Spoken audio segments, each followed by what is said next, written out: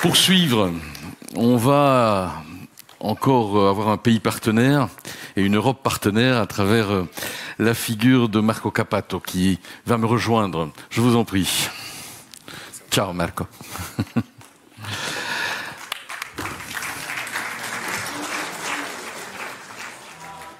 Ciao, bella ciao, ciao, ciao, stamattina mi sono alzato e ho trovato l'invaso.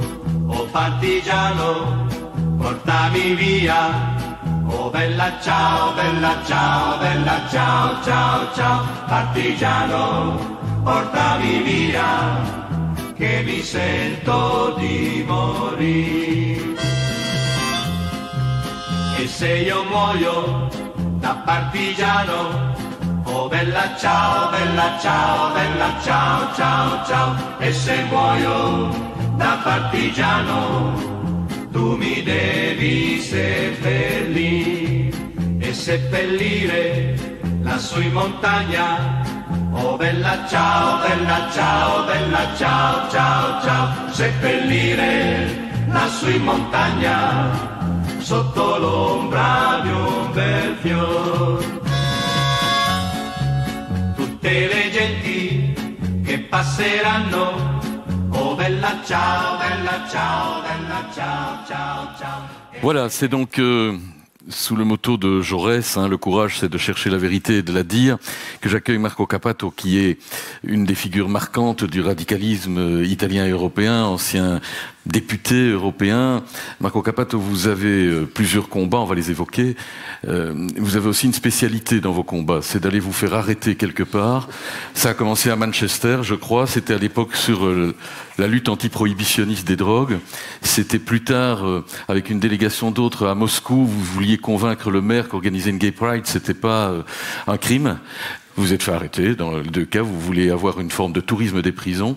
Et à chaque fois, ça vous permet évidemment, trêve de plaisanterie, d'attirer avec vous les médias qui sinon ne s'y intéresseraient probablement pas ou beaucoup moins.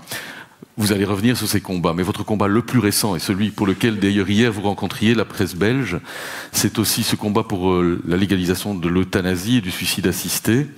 C'est l'histoire de DJ Fabo, que vous avez accompagné, vous allez le rappeler, tétraplégique, aveugle, après un accident de voiture. Ce jeune DJ très prometteur souhaite trouver la mort et vous allez vous l'accompagner jusqu'en Suisse et donc vous exposer à des poursuites. Bonjour à tout le monde. Merci beaucoup pour cette invitation et congratulations au Centre d'Action Laïque pour les 5 ans. Année d'activité. J'ai lu sur l'introduction de ce petit livre que tout était commencé, plus ou moins, avec une discrimination après un grand incendie en 67 dans le centre-ville de Bruxelles, où il y avait les non-catholiques qui n'avaient pas eu droit à la cérémonie. Je pourrais vous dire que depuis 13 ans, la lutte qu'on fait en Italie pour la légalisation de l'euthanasie a eu au début un moment très important avec des funérailles qui ont été refusées à Pier Giorgio Welby, qui était le co-président de mon association, l'association Luca Coscioni pour la liberté de recherche scientifique. Et peut-être on aura le temps de parler de la science aussi, parce que je pense que science et technologie aujourd'hui, c'est le front le plus urgent de la laïcité. Mais bon, Pier Giorgio Welby, il était mort en refusant, avec l'interruption de la respiration artificielle. Et le Vatican avait refusé les funérailles religieux. Et donc c'est un peu commencé de la même façon. Donc on a une partie d'histoire commune. Oui, ce qui s'est passé, c'est que il y a 6 ans, on avait déposé, on a parlé avant des parlements, l'importance des parlements, on a déposé une proposition de loi d'initiative populaire en Italie avec 50 000 signatures. Les citoyens peuvent proposer une loi. Après, les partis, normalement, ils s'en foutent. Mais bon, ça, c'est un autre problème. Donc, après 3 ans qu'il s'en foutait, on a dit, bon, on commence une action de désobéissance civile. Avant, on a commencé en fournissant des informations. Comment il faut aller en Suisse, etc. Après, j'avais payé le voyage à quelqu'un et j'étais allé chez les carabinieri pour dénoncer ça. Ils n'ont rien fait. Et enfin, avec DJ Fabo, je lui avais dit, bon, on va t'aider de toute façon. Si tu le fais clandestinement, c'est plus simple, tu n'auras pas de problème. Si tu veux aider les autres, tu peux le faire publiquement. Lui, il était jeune, il était un DJ, il est très, très marrant et très courageux. Il a dit non, non, absolument. Il a tourné un message vidéo qu'il a envoyé au président de la République italienne. Bon, donc le cas est devenu public. Je l'ai amené en Suisse. Quand je suis revenu, je suis allé chez la police. Mais là, le procès a commencé et on est arrivé à la Cour constitutionnelle. Bref, il y a 2 semaines, la Cour constitutionnelle a arrêté que, oui, dans certaines conditions très strictes, mais bon, c'est un pas en avant très important, le aide à mourir ne peut pas traiter comme un crime. La loi italienne de 1930, c'est pas un hasard, mais bon, de 1930, prévoit qu'on doit être condamné de un minimum de 5 années de prison à un maximum de 12 années de prison pour le aide à mourir. En 1930, on ne faisait pas la différence, les malades terminaux, etc. Ça n'existait pas. C'était une façon de montrer le supérieur intérêt de l'État par rapport à la liberté individuelle. Donc la Cour a dit, ce crime si grave, c'est pire que le viol, ou c'est vraiment un crime très grave, ne doit pas cette sanction appliquer quand la personne qui demande à mourir est un malade d'une pathologie irréversible qui est en train de pâtir une souffrance insupportable et qui est dépendant de traitements qui le tiennent en vie. Donc voilà, et la Cour constitutionnelle à nouveau a demandé au Parlement de faire une loi et c'est la prochaine étape du combat. Bravo pour ces avancées. Merci. Marco, je disais, je vous blaguais un peu, mais c'est vrai, c'est assez remarquable que pour qu'on s'y attarde un peu, vous utilisez l'arme médiatique et l'arme donc de ce qu'on peut appeler aussi la provocation pour pouvoir attirer le regard. Est-ce que vous croyez qu'aujourd'hui, de la manière où vous êtes allé vous faire arrêter à Moscou à la tête d'une gay pride ou à Manchester en son temps sur les affaires de lutte anti-prohibitionniste, est-ce que vous pensez qu'on doit passer par ces formes relativement violentes, malgré tout pour soi, pour que les médias et la société et les partis qui s'en foutent arrivent à l'agenda? Moi, je suis un militant de la démocratie et de la démocratie représentative. Je crois à la centralité des parlements. C'est exactement pour ça que quand les parlements ne sont pas en mesure de traiter des sujets aussi importants pour la société, c'est un double danger. Il y a le danger du problème en soi-même et le deuxième danger, c'est la crédibilité de l'institution démocratique. En Italie, le dernier sondage de SVG, c'est l'une des principales agences de sondage, c'est 89% d'Italiens qui sont d'accord avec la légalisation de l'euthanasie. 89! Il y a des statistiques qui disent que les électeurs de la Ligue du Nord de Salvini, ils sont plus d'accord que la moyenne. Les électeurs de l'extrême droite sont d'accord. Donc ce n'est pas un problème des gens, de convaincre les gens.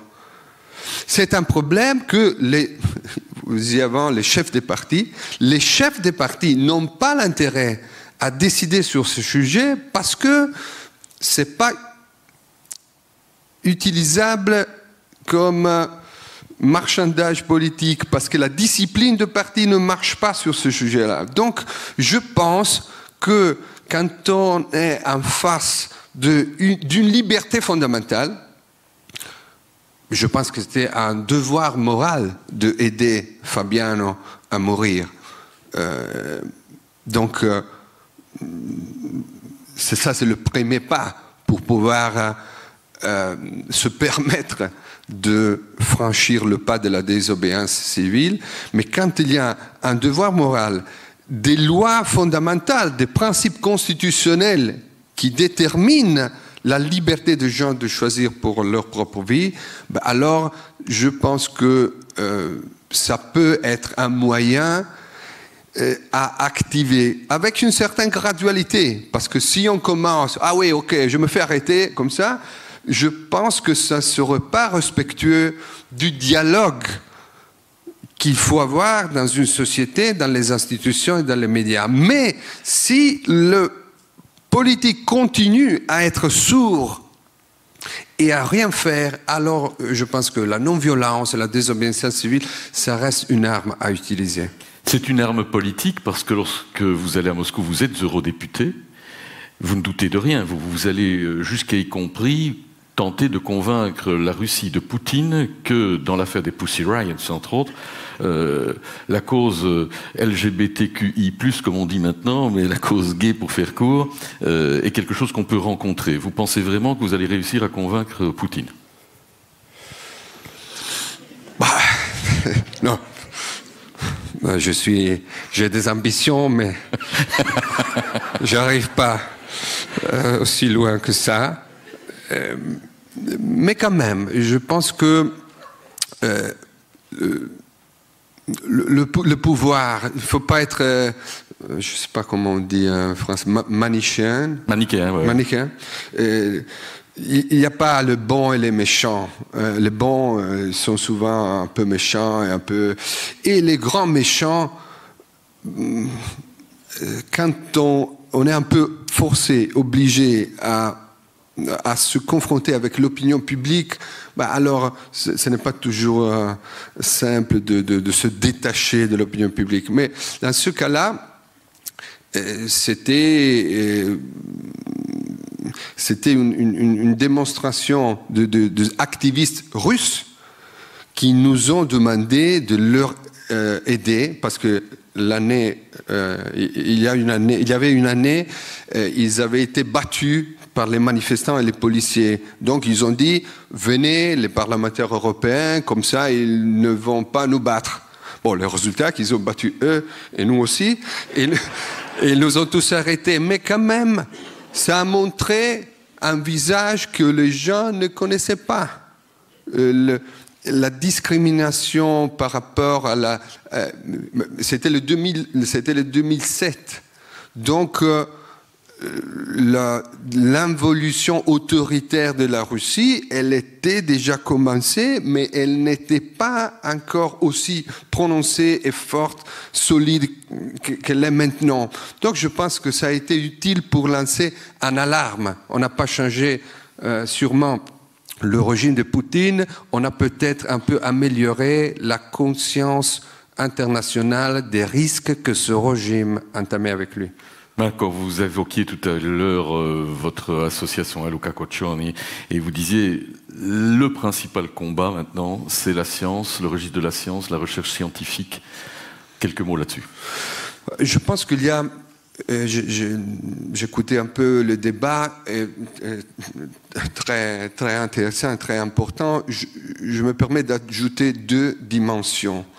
La première, c'est la dimension européenne et globale, parce que les États nationaux, on peut dire aussi, ont été des instruments très importants pour sortir les sociétés disons, du Moyen-Âge, c'est un peu simpliste, du pouvoir autoritaire, etc.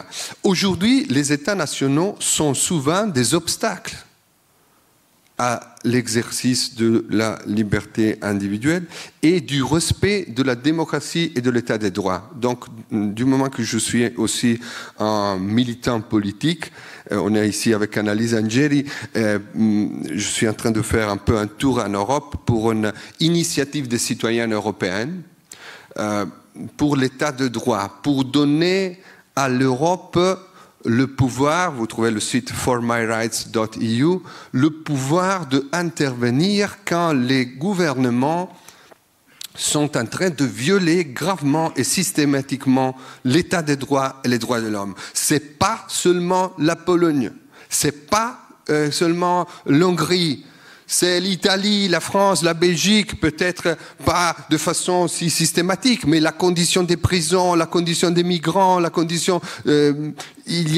Donc, il faut se battre parce qu'il y ait un niveau transnational pour défendre les libertés individuelles. Les États nationaux ne sont pas capables de faire tout seuls. Et dans ce contexte, il y a une convention de l'ONU très vieille qui est en train de pouvoir exercer un rôle très important. C'est la Convention sur les droits économiques, sociaux et culturels. Donc il y a plus ou moins, c'est les 50 ans du Centre d'action laïque, et qui établit le droit à la science. Article 15 de la Convention, le droit à jouir des résultats du progrès scientifique et technologique, traité comme un droit de l'homme, exactement comme le droit à ne pas être torturé ou discriminé. Donc, pourquoi aujourd'hui ça devient de plus en plus important? Je vous fais deux exemples que je pense sont déterminants pour notre avenir. La modification du génome, du DNA, et l'intelligence artificielle. En Italie, si vous faites la recherche sur les cellules embryonnaires souches sur lesquelles il y a les majeurs espoirs de lutte, par exemple, contre le Parkinson, vous êtes arrêté pour 2 années de prison. Et il y a une amende jusqu'à 150 000 €. Donc les scientifiques italiens qui sont très bien sur ça, ils vont tous naturellement à l'étranger. Là aussi, j'avais essayé d'envoyer des embryons à l'étranger et je le dis à la police, ils n'ont rien fait. Je les ai envoyés en Suède, au Karolinska Institute, et après, le Karolinska Institute envoie les lignes cellulaires en Italie. L'Italie, c'est un peu ça. Tu ne peux pas faire, mais tu peux aller à l'étranger, alors ça va. Tu peux aller en Suisse pour mourir, en Espagne pour la fécondation in vitro, etc., etc. Mais bon. Donc, sur le sujet du génome humain, attention, parce que, ou même de l'intelligence artificielle, attention, parce que l'adversaire plus efficace de la démocratie et de l'état de droit n'est pas Orban ou Salvini ou Le Pen, etc. Aujourd'hui, c'est la Chine. La Chine, elle est en compétition et dans quelques domaines aussi à l'avance des États-Unis sur la modification du génome humain ou sur l'intelligence artificielle. Et naturellement, ça est fait sans les préoccupations fondamentales pour la laïcité, c'est aussi l'égalité. Pas simplement la liberté, mais aussi l'égalité des chances. Imaginons qu'est-ce que va se passer si la modification du génome humain est faite sans un pouvoir démocratique qui se préoccupe que ça soit fait à bénéfice de tout le monde, comme c'est prévu par la Convention ONU sur les droits économiques, sociaux et culturels. Imaginez une intelligence artificielle qui ne travaille que avec l'intérêt économique et commercial. On a besoin des investissements publics pour bâtir une intelligence artificielle du citoyen, pour le empowerment, pour donner force aux citoyens par rapport au pouvoir religieux, mais par rapport au pouvoir étatique, par rapport au pouvoir commerciaux. Donc, je pense que la science et la technologie, c'est le terrain du défi majeur pour la laïcité dans nos sociétés. Je pense que vous n'aurez pas de difficulté à obtenir des gens pour vous suivre, Marco Cappato. Est-ce qu'aujourd'hui, vous pensez que, avec ce qu'on évoquait tout à l'heure du désaveu qu'un certain nombre de concitoyens ont par rapport à la représentation politique, mais aussi par rapport au fact-checking, par rapport à la vérité scientifique, qu'ils relativisent. Est-ce que vous pensez, au moment où les jeunes aussi, par les réseaux sociaux, adhèrent souvent au complotisme, est-ce que vous pensez que la citoyenneté, parce que c'est ça, ce forum pour les droits.eu, est-ce que vous pensez que la citoyenneté est en péril? Oui. C'est pas intéressant d'être ni pessimiste ni optimiste. Qu'il y a des dangers très concrets, c'est clair. On parlait avant de la technologie. La technologie peut être utilisée pour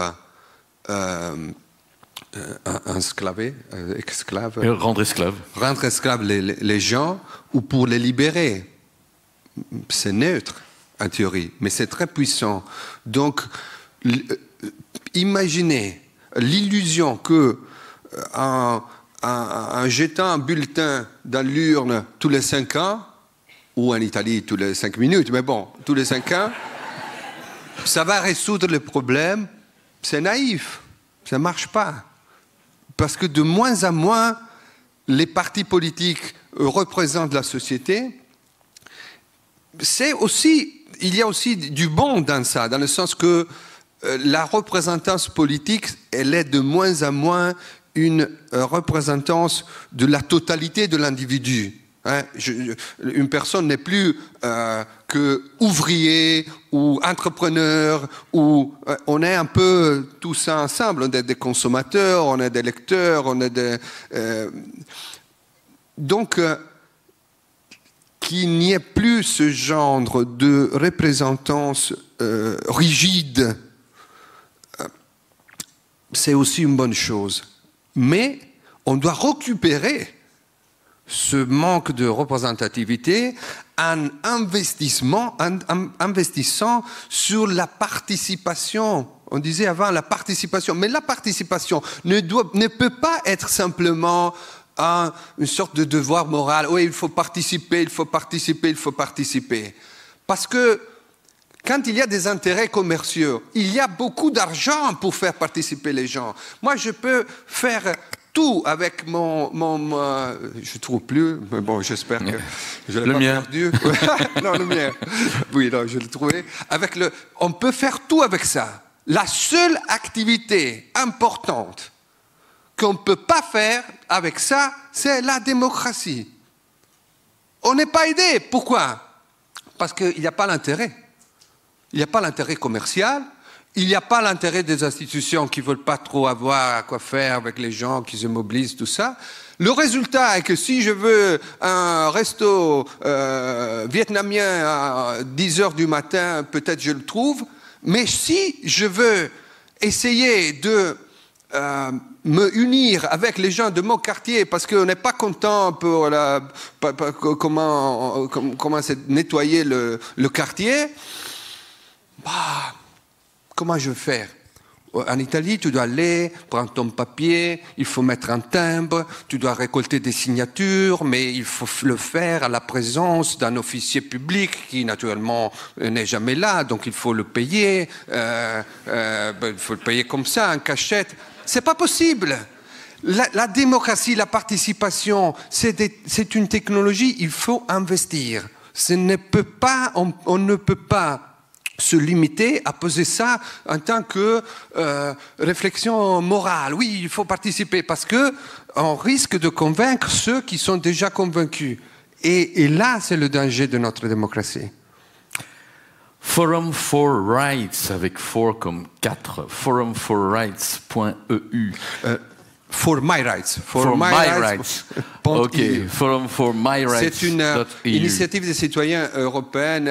Les traités prévoient que s'il y a 1 million de signatures à partir d'au moins 7 pays, on peut proposer des initiatives à la Commission européenne. Cette initiative-ci propose qu'il y a un mécanisme permanent de monitoring, de monitorage et de sanctions de violation de l'état de droit et de la démocratie dans toute l'Europe. Parce que les gens, on disait le peuple contre les élites. Le peuple est habitué à savoir que sa décision a été confisqués, on dit ça, confisqués de la part des pouvoirs européens, transétatiques, et certaines fois, c'est même vrai.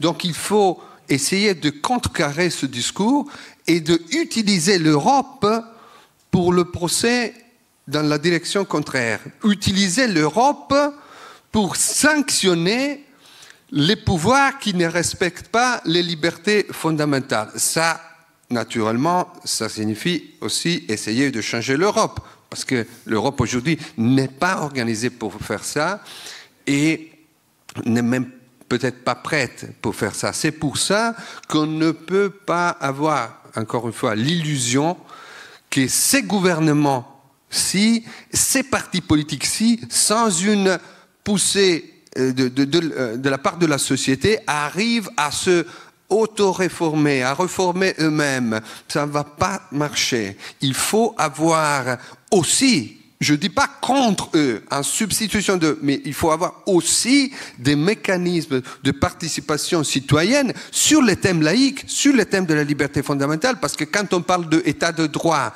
on parle de ça, on parle des personnes homosexuelles, on parle des réfugiés, on parle des immigrés, on parle des individus pour contrecarrer un pouvoir étatique que souvent se comporte de façon illégitime.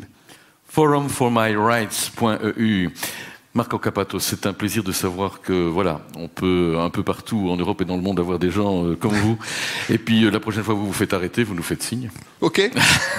Merci beaucoup. Merci. Ciao, grazie.